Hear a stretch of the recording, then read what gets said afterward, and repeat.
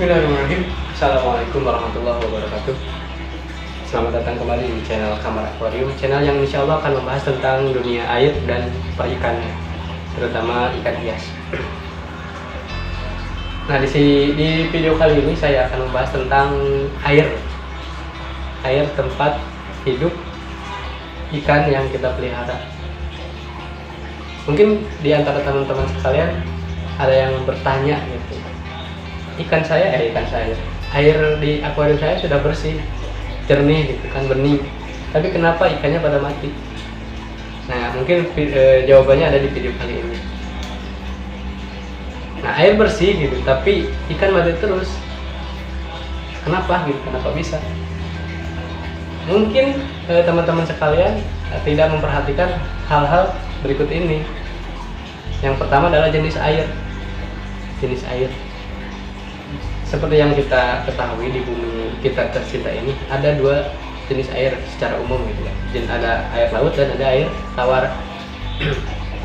Nah, kenapa hal ini harus diperhatikan? Karena ada gitu beberapa oknum yang menjual ikan air laut tapi dilabeli sudah ditawarkan atau sudah bisa hidup di air tawar, padahal itu tidak bisa sama sekali.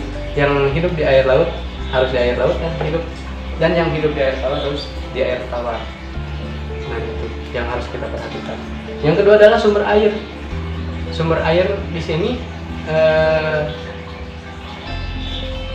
yang pertama sumber air tawar gitu kan.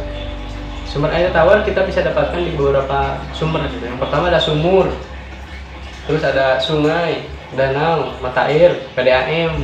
Terus kita bisa beli juga air mineral di toko isi ulang galon dan sebagainya lah.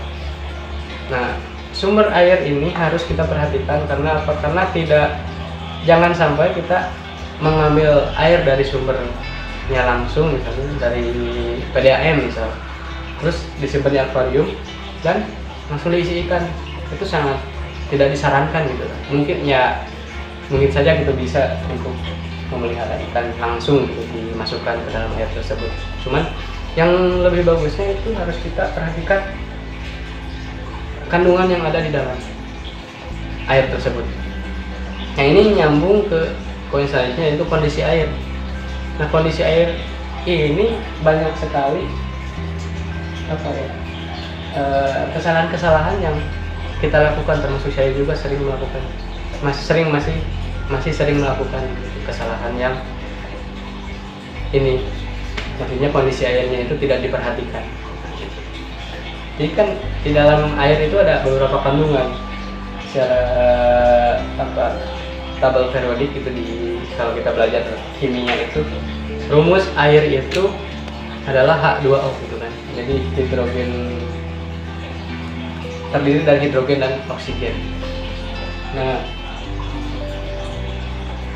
beberapa sumber air itu biasa menyantumkan atau biasa memasukkan cairan lain atau senyawa lain ke dalam air yang biasa kita konsumsi atau biasa kita pakai sehari-hari, misalnya di PDAM.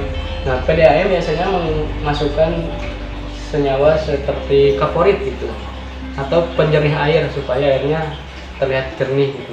Nah, padahal itu kurang baik gitu untuk kesehatan makhluk hidup, bukan hanya ikan tapi manusia juga.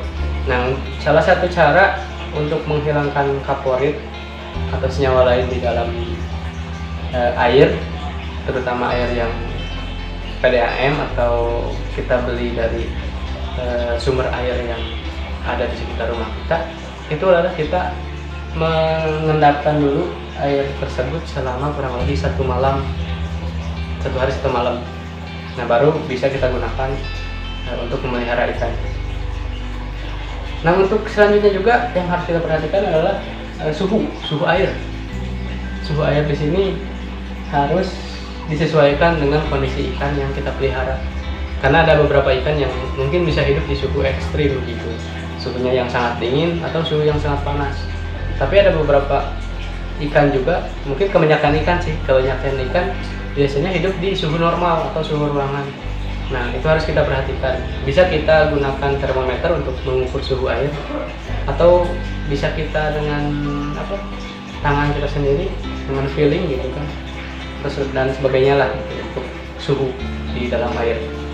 Dan yang selanjutnya adalah pH, kadar keasaman di dalam air.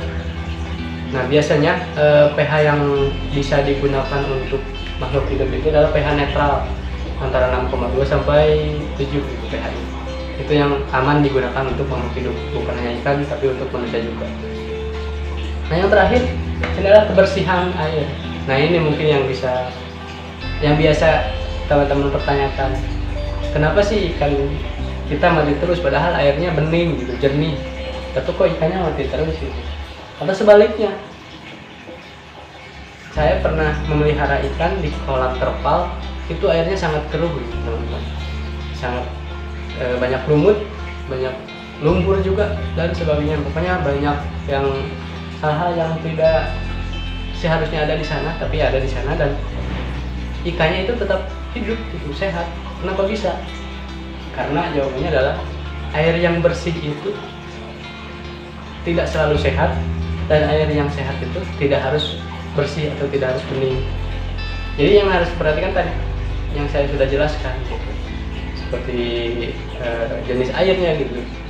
Jangan sampai kita melihara ikan laut ya air tawar dan sebagainya. Terus ada pH-nya, suhu, dan kandungan yang terdapat di dalam air tersebut. Nah, jadi yang harus diperhatikan adalah teman-teman, air yang jernih itu tidak selalu sehat, dan air yang keruh itu tidak selalu tidak sehat. Nah, itulah intinya. Mungkin itu yang bisa saya sampaikan di video kali ini.